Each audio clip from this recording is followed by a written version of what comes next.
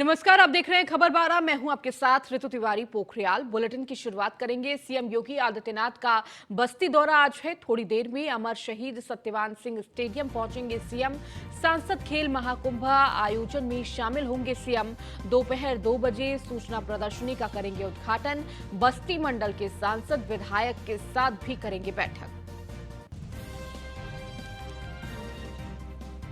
तो सांसद खेल महाकुंभ का आयोजन होने जा रहा है। तो दोपहर 2 बजे प्रदर्शनी का उद्घाटन भी करते हुए सीएम योगी आदित्यनाथ नजर आएंगे। बस्ती मंडल के सांसद और विधायकों से बातचीत करेंगे।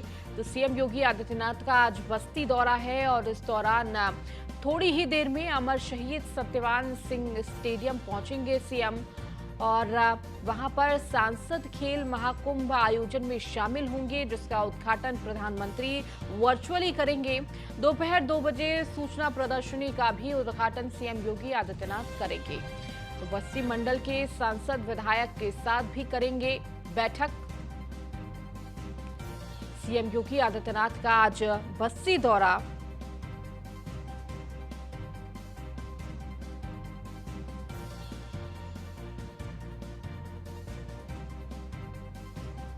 सांसद खेल महाकुंभ आयोजन में शामिल होंगे।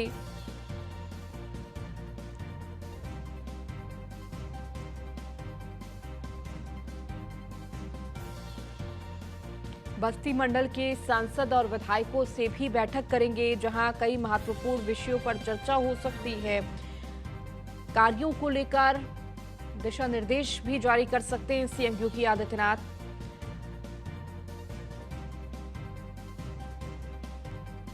और अधिक जानकारी के साथ बस्ती से संवाददाता राघवेंद्र सिंह हमारे साथ जुड़ चुके हैं। राघवेंद्र, अभी फिलहाल क्या जानकारी, क्या अपडेट, कितनी देर में सीएम योगी आदित्यनाथ बस्ती पहुंचने वाले हैं?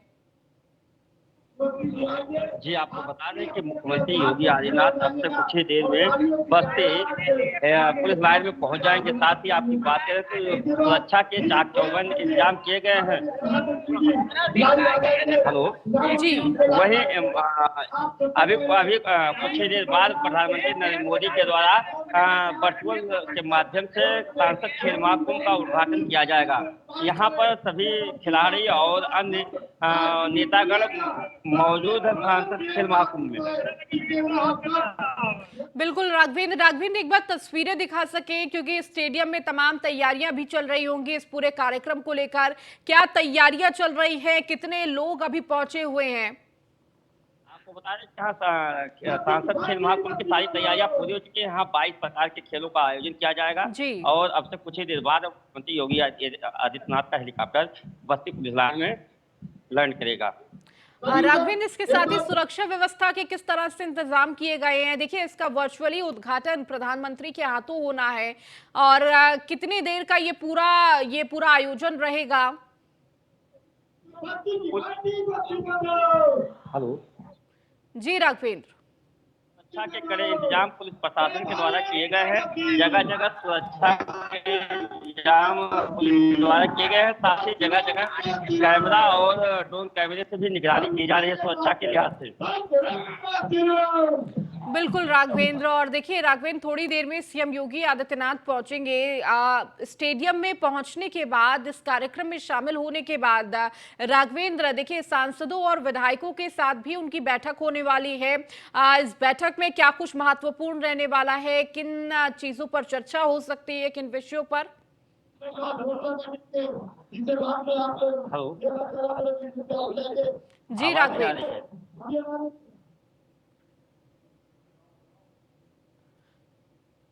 तो राघवेंद्र हमारे साथ लगातार बस्ती से जुड़े हुए हैं, उनसे ताजा अपडेट लेंगे। और ये तस्वीरें भी आपको दिखा रहे हैं जहां पर स्टेडियम पूरी तरह से सज चुका है, तैयार है और बस इंतजार है तो प्रदेश के मुखिया का। और देखिए 12:30 बजे के करीब वक्त बताया जा रहा है जब सीएम योगी आदित्यनाथ बस्ती पहुंचेंगे और थोड़ी देर बाद प्रधानमंत्री के हाथों वर्चुअली इस पूरे महाकुंभ का उद्घाटन होगा।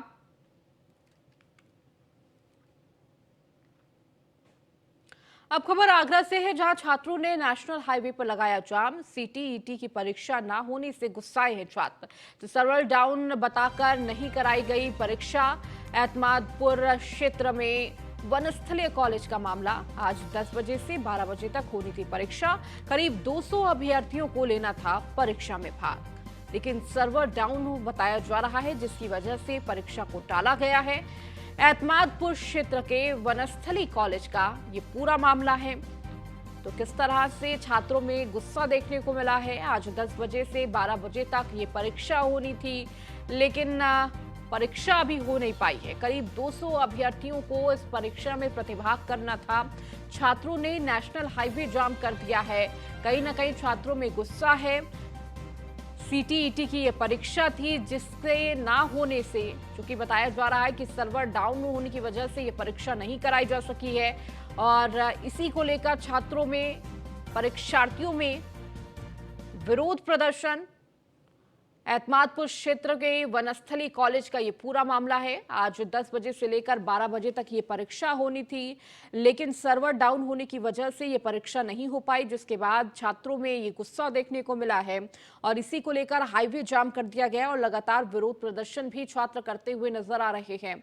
आपको बता दें कि 200 अभ्यर्थी इस परीक्षा में प्रतिभाग करने वाले थे और 10 बजे से लेकर 12 बजे तक ये परीक्षा होनी थी।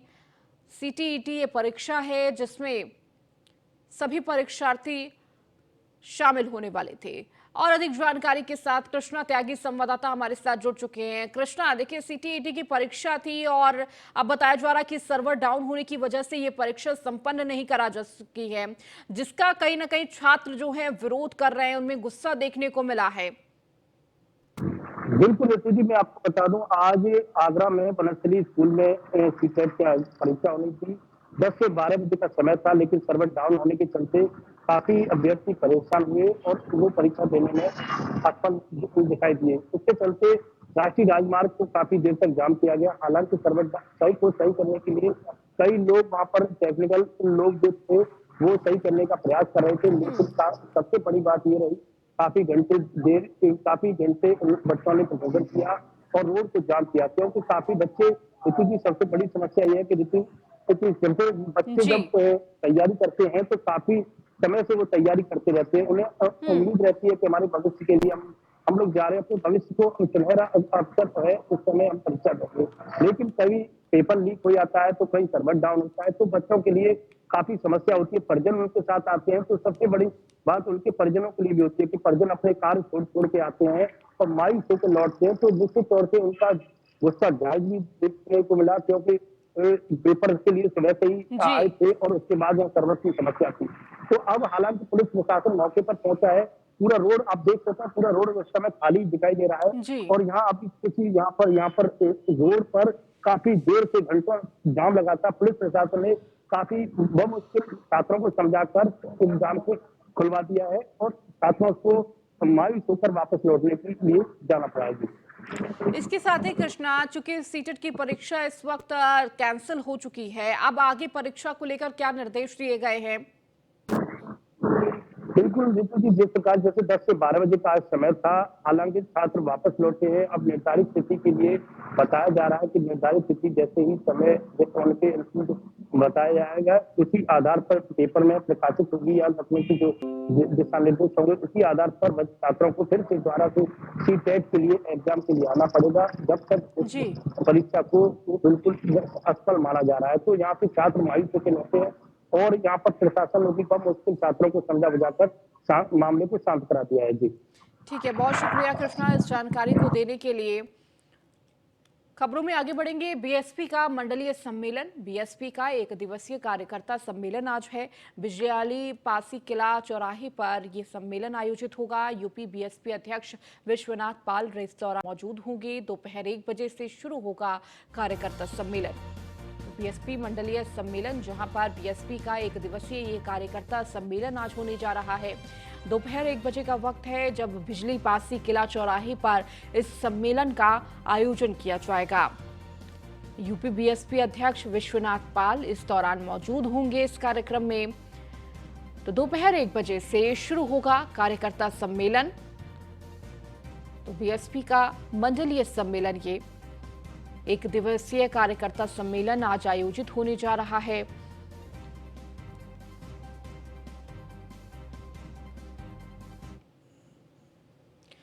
अब खबर मुजफ्फरनगर से है, जहां बीकेयू किसानों की महापंचायत आज है। गन्ना भुगतान को लेकर भैसाना मिल पर महापंचायत, भारतीय किसान यूनियन के नेतृत्व में है महापंचायत।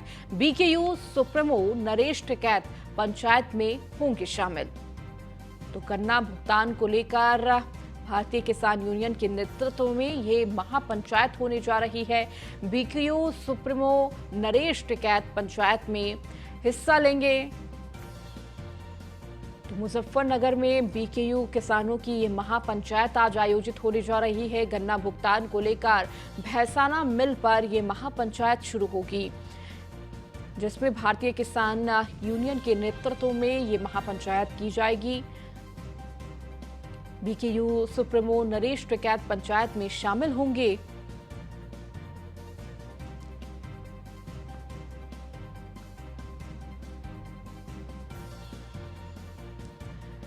गन्ना भुगतान को लेकर भैसाना मिल पर यह महापंचायत होने जा रही है। भारतीय किसान यूनियन के नेतृत्व में यह महापंचायत है।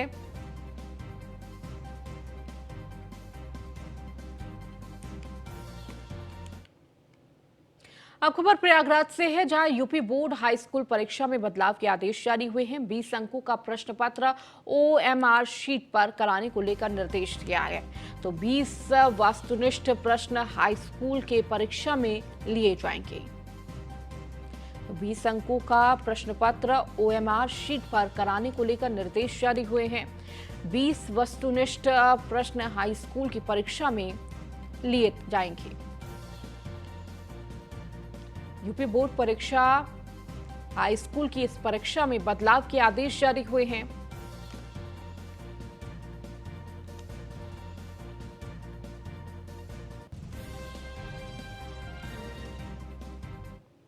जिला बेसिक शिक्षा अधिकारी ने जारी किया आदेश। सभी सरकारी गैर सरकारी स्कूलों को आदेश जारी हुआ है। जिला अधिकारी द्वारा दिए गए आदेश का हो पालन। कक्षा 1 से 8 तक के बच्चों का समय चालू करे स्कूल। जिलाधिकारी द्वारा बताए गए समय का कड़ाई से करे पालन।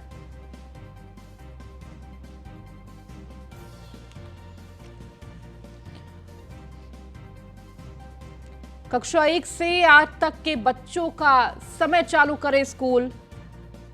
तो जिलाधिकारी द्वारा बताए गए समय का कड़ाई से पालन करने के निर्देश जारी हुए हैं। लगातार ठंड को देखते हुए समय में परिवर्तन किया गया था, लेकिन लगातार स्कूल जो है वो अपनी मनमानी करते हुए नजर आ रहे थे और इसी को देखते हुए कड़े आदेश जारी हुए हैं। सभी सरकारी गैर सरकारी स्कूलों के लिए आदेश जारी किए गए हैं। जिला अधिकारी द्वारा दिए गए आदेश का कड़ाई से पालन हो, इसके निर्देश दिए गए हैं।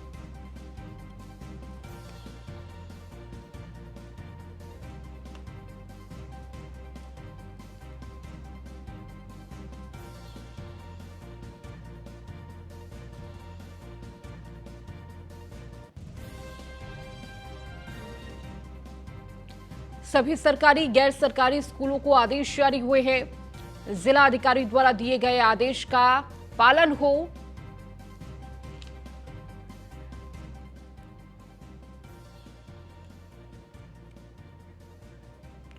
तो जिला अधिकारी द्वारा बताए गए समय का कड़ाई से करे पालन, इसके निर्देश दिए गए हैं। जिला बेसिक शिक्षा अधिकारी ने जारी किया आदेश। तो स्कूलों के समय में परिवर्तन किया गया था, लेकिन स्कूलों द्वारा इस समय का कड़ाई से पालन नहीं किया जा रहा था, जिसे लेकर अब आदेश जारी हुआ है कि जिला अधिकारी द्वारा दिए गए सभी आदेशों का पालन किया जाए। कक्षा 1 से 8 तक के बच्चों का समय चालू करे। जिला अधिकारी द्वारा बताए गए समय का कड़ाई से पालन कराया जाए।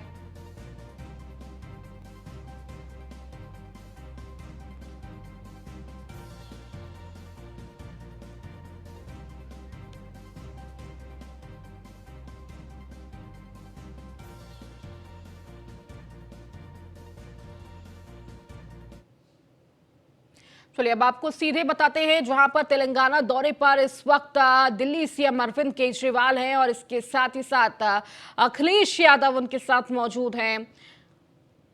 तो केसीआर समेत कई विपक्ष नेताओं के साथ ये बैठक, जहां पर दिल्ली के सीएम अरविंद केजरीवाल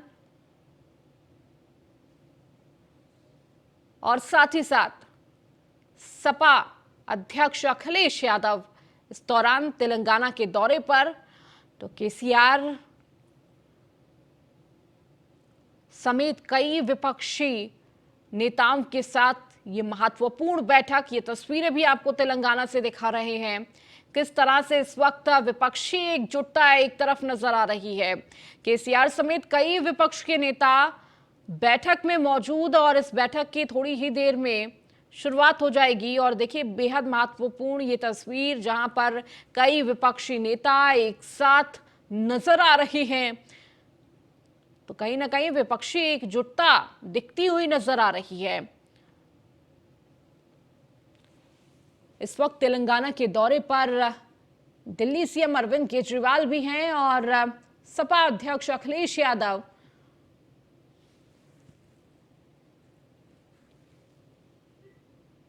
पंजाब के सीएम भगवंत मान भी इस दौरान मौजूद हैं। तो तमाम विपक्ष के बड़े चेहरे इस वक्त तेलंगाना में मौजूद है जहां एक साथ बैठक में शामिल होंगे। तमाम नई रणनीतियों पर चर्चा हो सकती है, बातचीत हो सकती है, किस तरह से सरकार के सामने एक बड़ी चुनौती विपक्ष रखे, इसकी कहीं ना कहीं चर्चा होगी।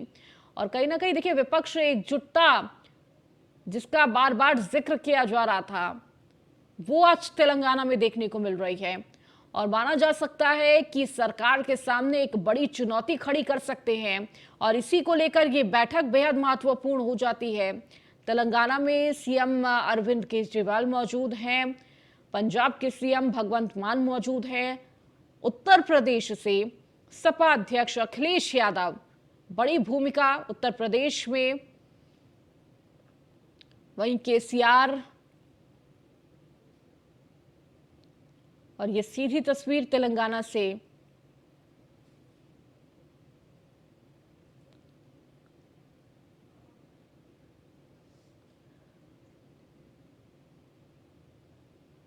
तो आज तेलंगाना में कई विपक्षी चेहरे एक साथ नजर आएंगे।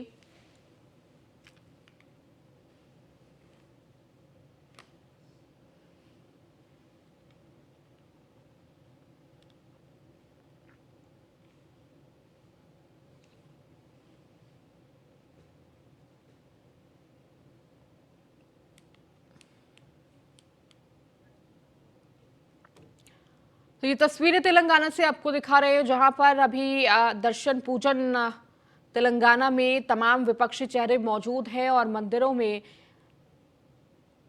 पहुंचे हुए हैं। दिल्ली के सीएम अरविंद केजरीवाल, पंजाब सीएम भगवंत मान और उत्तर प्रदेश से सपा अध्यक्ष अखिलेश यादव इस वक्त तेलंगाना में मौजूद हैं।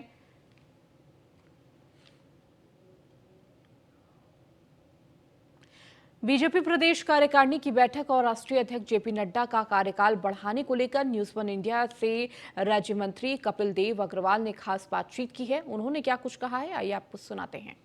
2024 के लक्ष्य को साधने के लिए भारतीय जनता पार्टी ने अभी से ही तैयारी कहीं ना कहीं शुरू कर दी है और इसी कड़ी में बीजेपी ने राष्ट्रीय कार्यकारिणी की बैठक की और भारतीय जनता पार्टी के राष्ट्रीय अध्यक्ष जेपी नड्डा का कार्यकाल 1 साल के लिए बढ़ा दिया। हमारे साथ बातचीत करने के लिए उत्तर प्रदेश सरकार में मंत्री कपिल देव अग्रवाल जी हैं। सर, एक बार फिर से भारतीय जनता पार्टी के राष्ट्रीय अध्यक्ष जेपी नड्डा पर बीजेपी के शीर्ष नेतृत्व ने भरोसा जताया है, क्या कुछ कहेंगे? देखिए, बहुत ही प्रसन्नता का विषय है। मैं कह रहा बधाई तो है ही, पर सबसे महत्वपूर्ण बात यह है कि मंदिरों की कमेटियां भी सर्वमतों से नहीं बनती, उसमें भी वो लोग विवाद करते हैं। और भारतीय जनता पार्टी जो विश्व की सबसे बड़ी पार्टी है, अनेक प्रदेशों में जिसकी सरकारें हैं, उसका राष्ट्रीय अध्यक्ष सर्वानुमति से, बिना किसी विवाद के, बिना किसी झंझट के, आम सहमति से राष्ट्रीय अध्यक्ष की पुनरावृत्ति हो जाती है। ये बहुत बड़ी बात है। क्या माना जाए कि 2024 की तैयारी बीजेपी ने अभी से शुरू कर दी है, क्योंकि प्रदेश कार्यकारिणी की भी बैठक 22 जनवरी को होने जा रही है उत्तर प्रदेश में। उत्तर प्रदेश में 22 जनवरी की बैठक है और जहाँ तैयारी की बात, तैयार तो हम हर समय रहते हैं। जैसे युद्ध होना हो, सैनिक हर समय तैयार रहता है, इसी प्रकार से भारतीय जनता पार्टी का कार्यकर्ता बूथ से लेकर ऊपर तक हर समय तैयार रहता है, काम करता है, सतत समाज के बीच में लगातार हम लोग सक्रिय हैं। कोई कोरोना आया तो हम लोगों ने सेवा ही संकल्प के साथ लोगों के बीच में जाने का काम किया। तो उनको अपनापन जैसा उनको लगता है, यानी भारतीय जनता पार्टी का कार्यकर्ता जिस क्षेत्र में, जिस सेक्टर पे, यानी शक्ति केंद्र पे, जिस बूथ पर अगर वो खड़ा है तो अपने क्षेत्र के आसपास के लोगों का एक तरीके से संरक्षण जैसा, तालमेल जैसा उसके मन में भाव रहता है। सर, उत्तर प्रदेश में कौशल विकास के लिए सरकार क्या कुछ नए कदम उठाने जा रही है? देख, काम तो हमारे बहुत सारे चल रहे हैं, पर एक बड़ा अचीवमेंट मैं आपको बताना चाहूँगा। एक बड़ा काम हमने किया है कि अभी तक मिशन में जो हमारे लोग पंजीकरण होते थे, हमारे ट्रेनिंग पार्टनर बनते थे, उनमें 1-1 करोड़ की टर्नओवर, यानी एक कंपनी एक साल ये 3 साल मिला करके उसकी 3 करोड़ की टर्नओवर उसकी होनी चाहिए, 1000 बच्चों की नौकरी दी होनी चाहिए और 2000 बच्चों को उन्हें प्रशिक्षण करना चाहिए। हमने अभी उसके अंदर संशोधन किया है और संशोधन करके उसको हम 25 लाख रुपए तक लाए हैं, यानी 25 लाख का जिसका टर्नओवर होगा उसको हम अपना ट्रेनिंग पार्टनर बना देंगे। भारत जोड़ो यात्रा अब समाप्ति के कगार पर है, क्या लगता है कि इसका असर जो है वो 2024 के चुनाव में देखने को मिलेगा? देखो, कांग्रेस भी राष्ट्रीय पार्टी है, काम भी करती है, राहुल गांधी दौड़े हैं, उनका अच्छा प्रयास है, पर उसके बावजूद उनका प्रदेश को, उत्तर प्रदेश के अंदर को असर छोड़ पाए या कोई दिखा पाए या कोई चमत्कार उनका हो जाएगा। देखिए, लोग उनको देखने के लिए आते हैं, उनकी बॉडी लैंग्वेज कैसी है, उनका व्यक्तित्व कैसा है, सब उनको दर्शन करने के लिए आते हैं, पर वोट में कन्वर्ट हो जाएंगे इसमें बिल्कुल यार बिल्कुल मुतमईन रहें, बिल्कुल निश्चिंत रहें। वो सारा चमत्कार जो छोटा मोटा इनका दिखा है वो वोट में कन्वर्ट नहीं होगा। तो ये थे हमारे साथ उत्तर प्रदेश सरकार में मंत्री कपिल देव अग्रवाल, जिनका साफ तौर पे कहना है कि केंद्र की मोदी सरकार उत्तर प्रदेश की योगी सरकार के नेतृत्व में देश और प्रदेश दोनों ही विकास कर रहा है। वीडियो राम त्रिपाठी के साथ पीयूष तिवारी, नई दिल्ली। मिर्जापुर में विंध्याचल धाम में जिलाधिकारी दिव्या मित्तल ने विंध्याचल कॉरिडोर निर्माण कार्य का निरीक्षण किया। देर शाम प्रशासनिक भवन में बैठक कर मजदूरों और मशीनों की संख्या बढ़ाकर कार्य में तेजी लाने के निर्देश दिए हैं। इस दौरान डीएम ने कहा कि स्तर पर कोई भी समस्या आती है तो तत्काल अवगत कराया जाए, समस्याओं का समाधान कर उससे उनको निराकरण किया जा सकेगा।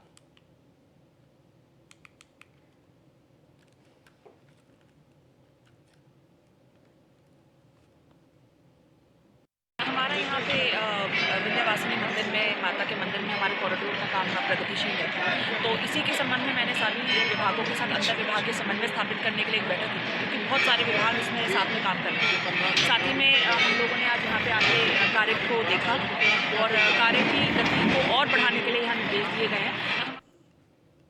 अब खबर बरेली से है, जहां पर मशहूर शायर वसीम बरेलवी सड़क हादसे में घायल। दिल्ली से बरेली आते समय हुआ एक्सीडेंट। प्रोफेसर वसीम बरेलवी का कार डंपर से टकराई। हादसे में शायर वसीम बरेलवी के हाथ में फ्रैक्चर, दिल्ली के निजी अस्पताल में भर्ती कराया गया।